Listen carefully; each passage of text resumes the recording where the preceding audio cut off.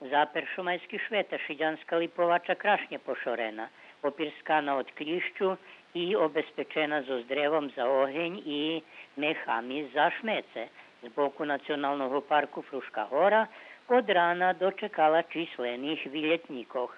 Pravda, dze po jedni mladi poprihodzeli išće včera pozaberac co ljepši mesta, a planuju ostac i na jutre. Veljo viljetnikoh i u okolnih vinjicoh i vikendicoh, tam dze migranti nje napravili škodu, a veljiše zaputeli i na okolni ozera u Sotu i Rdeviku i na riki Bosudi Studva, Lapaz Ribi, Roštiljovac, Abo, Varic, Kotljiki, Jagina, Lipovači.